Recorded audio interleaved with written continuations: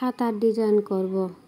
আসসালামু আলাইকুম প্রিয় আপু ও ভাইয়েরা, কেমন আছেন সবাই? আশা করি ভালো আছেন। আমি আল্লাহর রহমতে ভালো আছি। আপনাদের মাঝে নিয়ে আসলাম একটা হাতার ডিজাইন, একটা অনেক দিন পর লং ভিডিও নিয়ে আসলাম। অবশ্যই আপনারা ভিডিওটা দেখবেন, আপনাদের মতামতটা কমেন্ট বক্সে জানিয়ে যাবেন।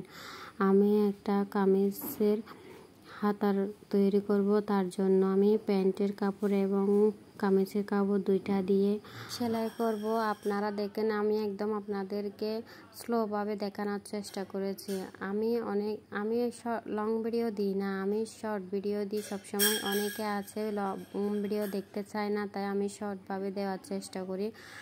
তাই তাড়াহুড়া করে স্পিড বার দিয়ে আপনাদেরকে দেখানোর চেষ্টা করি। আমি এখন এত স্পিড দিই নাই, আস্তে আস্তে দেখানোর চেষ্টা করেছি। আমার নতুন আপুরা অনেকে আছে সেলাই কাজ কঠিন মনে করেন, আসলে এতই কঠিন না।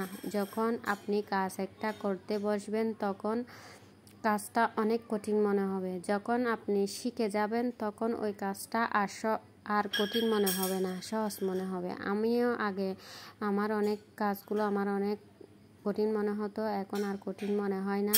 আমি এখন খুব সহজভাবে করে নিতে পারি। আপনারাও চেষ্টা করেন, আপনারাও পারবেন।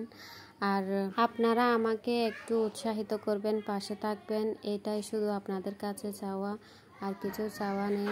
পাশে থাকলে আমি খুব খুশি হব। আমিও আপনাদের পাশে ইনশাল্লাহ সব সময় থাকবো। তার মধ্যে যখন সুবোতাম দিই, হাতার ডিজাইনের সৌন্দর্যটা আরও বেড়ে যায়।